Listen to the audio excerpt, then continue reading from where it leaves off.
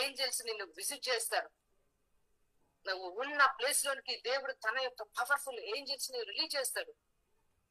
Automatic గా నీకు తెలియకుండా ఇన్నర్ సెన్సెస్ అనేవి ఓపెన్ అవుతాయి.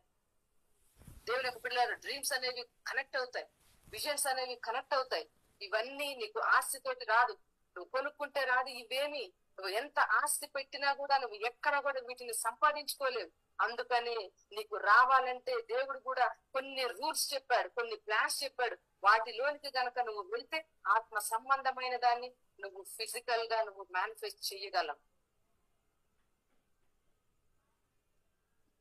అర్థమవుతుందా? నీ జ్ఞానము నీకు ఎంత ఉన్నా నేను నీకు ఇచ్చేటువంటి నేను ఏం చెప్తున్నానంటే నీకు నీ జ్ఞానాన్ని వృద్ధిపరుచుకో. నాకు చాలు అన్న వాళ్ళు కూడా నేను చెప్తున్నా, నీ జ్ఞానాన్ని నువ్వు ఇంక్రీజ్ చేసుకో, జ్ఞానములో అభివృద్ధి